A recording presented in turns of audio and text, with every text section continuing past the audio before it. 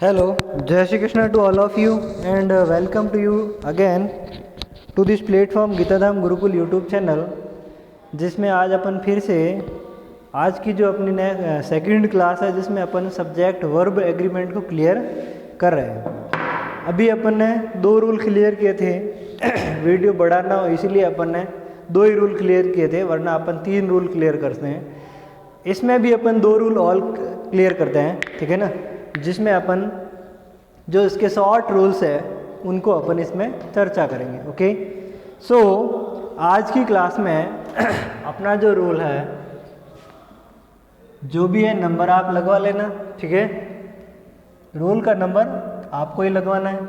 अब इसमें जो रूल है वो ये है, a number of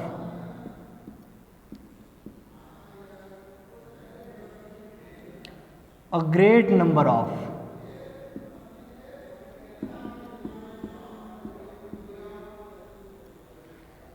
a large number of, ठीक है। चलो, a number of a large number of, और केवल लार्ज नंबर ऑफ, ठीक है ना। इन सब में विशेष ध्यान रखें, तीनों में आर्टिकल लगा, अ आर्टिकल, ठीक है ना, ए वाला, और इसमें आर्टिकल है भी नहीं, लेकिन फिर भी इनके बाद में जो नाउन आती है ना वो हमेशा कैसी आएगी, प्लूरल होगी, ठीक है। और अगर नाउन प्लूरल है तो वर्ब भी कैसी आएगी, वर्ब भी होगी प्लूरल, ठीक है।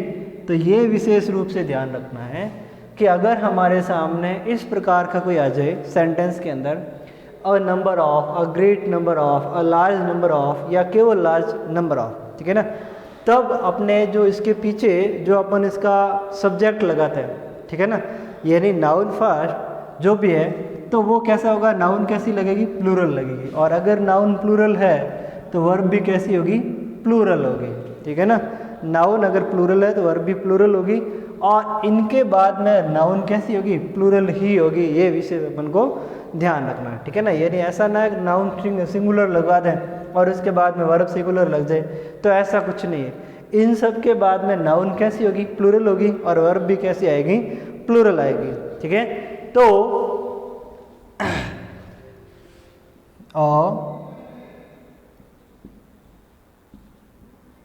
Number of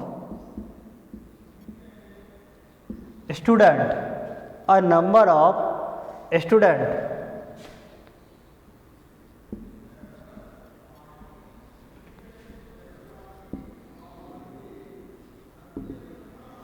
attending the live class। अब इसमें एक बार आपको पहले तो ये देखना है कि इसमें एरर क्या है, ठीक है ना। यानी मैंने इसके अंदर एक जानबूझकर एक कमी की है, अब आपको ढूंढनी है कि इसके अंदर से कमी कौन सी है। दूसरा, इसके साथ में वर्ब कैसी लगेगी, ठीक है ना, यानी कौन सी कमी है और कौन सी इसके साथ में वर्ब लगेगी, ये आपको ढूंढनी है और पता करना है, ठीक है। बात आती है दूसरे की,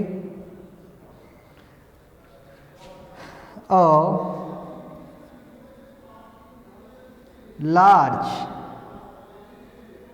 number of animals, a large number of animals has या have, ठीक है ना।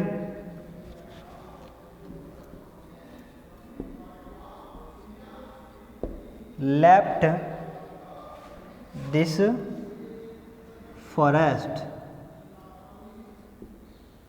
ठीक है। अब देखिए इनमें कौन सी वर्ब आएगी ये आपको देखनी है, और इसमें कौन सी कमी है वो देखनी है। वैसे दूसरे के अंदर तो वर्ब ही चेक करनी है, बट जो एग्जाम्पल नंबर फर्स्ट है उसके अंदर कौन सी कमी है वो आपको देखनी है। अपने माइंड को कितना आप शार्प रखते हैं ये आपको खुद को सोचना है, ठीक है ना। तब आप अगर आपने ऑब्जर्वेशन किया है इसका तो आपको पता होना चाहिए कि अ लार्ज नंबर ऑफ हो, चाहे अ ग्रेट नंबर ऑफ हो, चाहे लार्ज नंबर ऑफ हो, या चाहे अ नंबर ऑफ हो, ठीक है। जैसे इसमें अ नंबर ऑफ है। इन सब के बाद में वर्ब के नाउन कैसी आएगी, प्लूरल। तो प्लूरल नाउन आएगी जिसमें क्या आएगा, एस होगा, ठीक है ना। तो ये आपकी जो, अगर आपने गलती की है तो अच्छी बात है, ठीक है, और नहीं की है तो और भी अच्छी बात है। अब इसके बाद में ये तो होगा नहीं, और क्या आएगा, ये वाला are attending the live class, ठीक है। दूसरे वाला a large number of animals, इसमें मैंने पहले से ही प्लूरल नाउन लगाया, ठीक है ना। एनिमल्स, हैज और हैव, तो हैज तो आएगा नहीं, ठीक है, तो क्या आएगा, हैव लेफ्ट दिस फॉरेस्ट, ठीक है, यानी कि बहुत सारे एनिमल्स ऐसे हैं जिन्होंने इस जंगल को छोड़ दिया है, ठीक है ना। तो इसको आप ढंग से देखना और अच्छे से लिखना, और एक दो एग्जाम्पल अपने मन से खुद भी लिखने की कोशिश करना है, ठीक है ना। और किस प्रकार से इनका प्रयोग किया जाता है ये आपको खुद को अच्छी तरीके से समझना है। ओके, बात करते हैं आज के हमारे रूल नंबर 2 की, ठीक है। सेकंड रूल क्या कहता है, आज की क्लास का ये सेकंड रूल है, वरना रूल तो अपन ने काफ़ी कर दिए इसके सब्जेक्ट वर्ब एग्रीमेंट के, ठीक है। आप देखना, मॉडल, मॉडल वर्ब क्या होती है, मॉडल भी एज अ ऑक्सिलरी वर्ब होती है, ठीक है ना, जिसमें can, could, may, might, must, should, would, ought to, use to, ठीक है ना, विल और शैल, इस प्रकार से मॉडल इसके अंदर आते हैं। क्या होता है देखिए, can, could, may, might, must, should, would, ought to, use to, ठीक है ना, ought to, use to, will और शैल।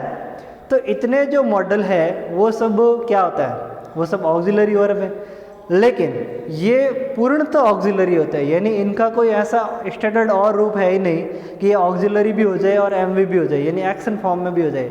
लेकिन इनके अलावा दो और मॉडल है, ठीक है ना। दो मॉडल कौन से हैं, एक है नीड और एक है डेयर, जो ऑक्सिलरी भी हो सकते हैं और एमवी भी हो सकता है। तो उनको यहाँ पर इस रूल को लिखना है जो भी है, ठीक है ना, यानी कि नीड तथा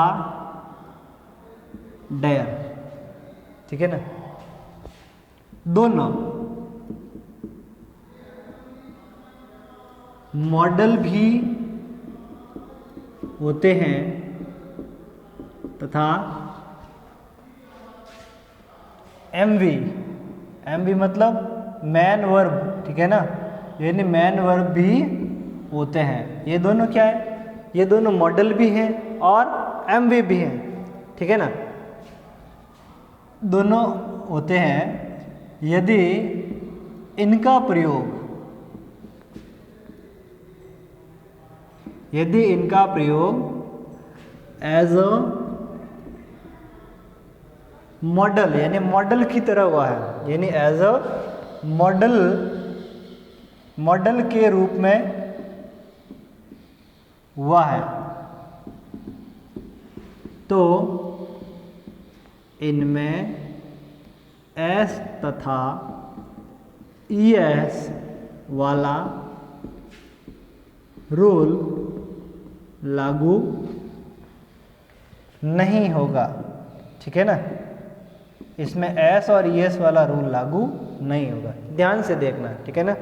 नीड और डेयर, वैसे तो मैंने कितने ऑक्सिलरी बताए, ठीक है ना, can, could, may, might, must, should, would, ought to, use to, ठीक है, विल और शैल, इतने मैंने बताए। इनके अलावा क्या होता है, डेयर और नीड होता है। नीड और डेयर दो ऐसे वर्ब मॉडल है जो एज ए मॉडल भी होते हैं और एमवी भी होते हैं, आपको पता होना चाहिए। नीड का मतलब क्या होता है, नीड का मतलब आवश्यकता होता है, डेयर का मतलब हिम्मत करना, ठीक है ना। तो ये दोनों क्या है, ये दोनों एमवी भी है लेकिन एज अ मॉडल भी होते हैं। लेकिन ध्यान रखें, अगर ये एमवी के रूप में अगर इनका प्रयोग हुआ है तब आपको पता होना चाहिए कि अगर बात आती है प्रेजेंट टेंस की, किसकी बात आती है, प्रेजेंट टेंस की, तो प्रेजेंट टेंस के जो सिंपल सेंटेंस होते हैं, कौन से होते हैं, सिंपल सेंटेंस, उसमें आपने देखा होगा कि प्रेजेंट टेंस का अगर सिंपल सेंटेंस है तो आपने देखा होगा कि थर्ड पर्सन, ठीक है ना, थर्ड पर्सन सिंगुलर जो सब्जेक्ट होता है ठीक है ना, उनके साथ में जो वर्ब लगती है ना, ठीक है ना, उस वर्ब में क्या होता है, वर्ब में लगता है एस और, देखो पहली बात तो वर्ब कैसी होगी, सिंगुलर होगी, ठीक है, और उसमें क्या लगता है एस और ईएस का प्रयोग किया जाता है। ध्यान से देखना, यानी अगर प्रेजेंट टेंस का सिंपल सेंटेंस बनता है तो सिंपल सेंटेंस के अंदर थर्ड पर्सन सिंगुलर सब्जेक्ट के साथ में वर्ब की फर्स्ट फॉर्म में एस और ईएस का प्रयोग किया जाता है। मैंने बताया था ना, कर्ता एक वचन, एमवी बहुवचन, कर्ता बहुवचन, एमवी एक वचन, तो अपन को सिर्फ इन्हीं को देखना है, एस और ईएस का प्रयोग किया जाता है। अब मान लीजिए यहाँ पर जो अपन सेंटेंस लिख रहे हैं उस सेंटेंस में मान लीजिए नीड या फिर डेयर का यूज़ हुआ है, ठीक है ना, तो ऐसा कभी मत करना कि वहाँ पर आपने ही नीड्स लिख दिया, तो नीड्स लिख दिया जिसका मतलब वो एमवी है, और अगर वहाँ पर नीड लिखा है तो इसका मतलब वो क्या है, वो एज अ मॉडल है। दोनों का सेम अर्थ निकलता है, थोड़ा सा उनके भावों के अंतर परिवर्तन होता है, ठीक है ना, एक्शन में थोड़ा सा अंतर होता है कि नीड का क्या मतलब बन सकता है और इसका एज अ वर्ब का क्या मतलब बन सकता है, ठीक है ना। वैसे ज़्यादा कुछ डिफरेंसेस नहीं है, बट ये थोड़ा सा ध्यान रखना। अगर आप कहीं ऐसा देख भी लो ना कि ही नीड लिखा है, तो ये मत सोचना ही नीड लिखा है ना मतलब वो गलत है, वो गलत नहीं है। ही नीड लिखा है तो वो ही नीड हो सकता है, ही नीड्स भी हो सकता है, ही नीड भी हो सकता है, ही डायर्स भी हो सकता है, ही डायर भी हो सकता है। Just like as a example अपन देखते हैं, ठीक है ना,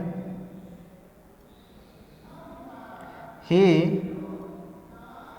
need an